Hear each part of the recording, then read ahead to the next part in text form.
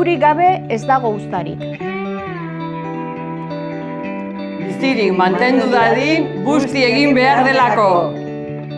Eta ni bustitzeko prest nago, zu? Ea legazpigatik bustitzen duten naizen? Ba, klaro. Kanpotik eta barrutik. Eta batzuetan gehiegi. Literal. Eta orain Legazpiko festa datozela... Datorrena datorrela, gu daneako prest. Ba, nik esperantza daukat. Jup!